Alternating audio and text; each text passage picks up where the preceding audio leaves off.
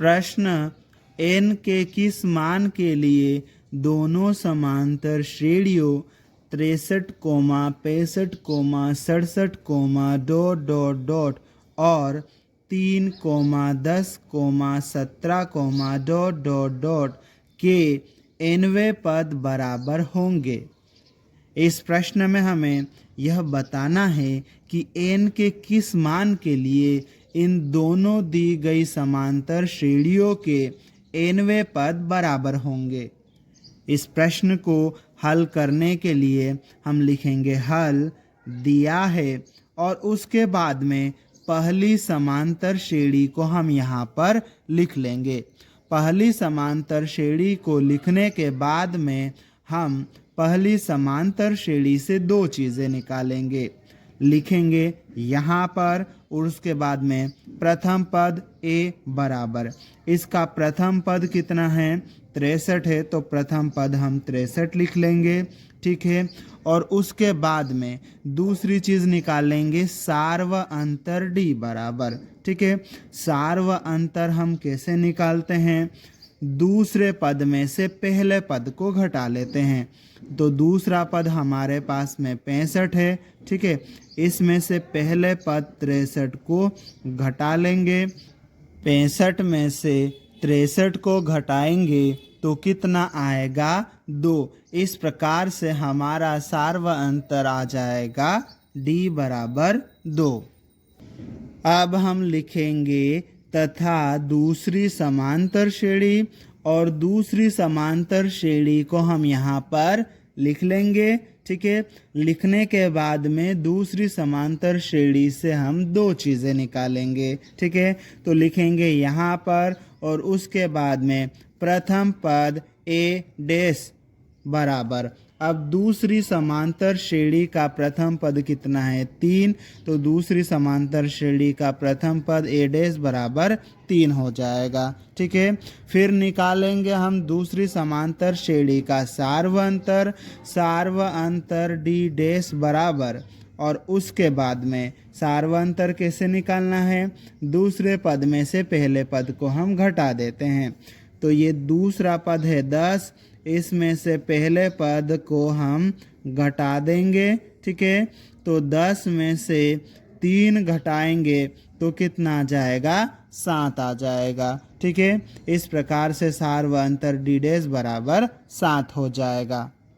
अब हम लिखेंगे प्रश्नानुसार, और प्रश्न में क्या कहा गया हमें कि n के किस मान के लिए दोनों समांतर श्रेणियों के nवें पद बराबर होंगे, ठीक है। तो nवें पद क्या होंगे, बराबर होंगे बोला है, और n के किस मान के लिए, ठीक है, तो वो हमें निकालना है। तो इसके लिए हम लिखेंगे पहली AP का nवां पद, दूसरी AP का nवां पद, और इन दोनों को क्या कर देंगे, बराबर कर देंगे, ठीक है। और इससे हम n का मान निकालेंगे, ठीक है। तो यहाँ पर हम क्या करेंगे, पहली AP का प्रथम पद और सार्व अंतर रख देंगे, यहाँ पे दूसरी AP का प्रथम पद और सार्व अंतर रख देंगे, ठीक है। पहली AP का प्रथम पद कितना है हमारे पास में 63 है, ठीक है, ये हमने रख दिया, प्लस ये n-1 गुणित पहली AP का सार्व अंतर d बराबर कितना है 2, यहाँ पर हमने रख दिया, ये बराबर का चिन्ह। दूसरी AP का प्रथम पद कितना है 3, प्लस फिर n-1 गुणित दूसरी AP का सार्व अंतर कितना है d बराबर 7, ये हमने यहाँ पर रख दिया। अब हम इसको सोल्व कर लेंगे, ठीक है। तो यहाँ से ये आ जाएगा ये 63 प्लस 2 का इस पूरे कोष्टक के अंदर गुणा कर देंगे, 2 का गुणा n के साथ में करेंगे 2n हो जाएगा, 2 का गुणा -1 के साथ में करेंगे -2 हो जाएगा, फिर ये बराबर का चिन्ह ये 3 आ जाएगा, ठीक है। 7 का अंदर गुणा कर देंगे, 7 का गुणा n के साथ में प्लस 7n हो जाएगा, 7 का गुणा -1 के साथ में -7 हो जाएगा। अब हम इसको थोड़ा सा सोल्व कर लेते हैं, ठीक है। तो यहाँ पर देखो ये 2n आ जाएगा, ठीक है, 2n आ जाएगा, 63 - 2 कितना हो जाएगा, ये हो जाएगा 61। तो हम यहाँ प्लस का 61 लिख देंगे। ठीक, फिर ये बराबर का चिन्ह, ठीक, ये 7n आ जाएगा यहाँ पर। ठीक है, 3 - 7 कितना हो जाएगा, -4 हो जाएगा। ठीक है, अब हम क्या करते हैं, n वालों को एक तरफ कर लेते हैं और संख्याओं को एक तरफ कर लेते हैं। ठीक है, तो ये 2n को इधर ही रहने दो। ठीक, 7n को बराबर के चिन्ह के उधर से इधर लाएंगे, उधर ये प्लस का है, इधर लाएंगे तो माइनस का हो जाएगा। ठीक, -7n हो जाएगा। ये बराबर का चिन्ह, ये -4। ठीक, ये 61 जो है बराबर के इधर प्लस का है, उधर भेजेंगे तो माइनस का 61 हो जाएगा। ठीक है, अब आगे 2n - 7n कितना हो जाएगा, ये -5n हो जाएगा। ठीक है, और ये बराबर का चिन्ह, -4 - 61 कितना हो जाएगा, ये -65 हो जाएगा। ठीक है, अब हमें n का मान निकालना है।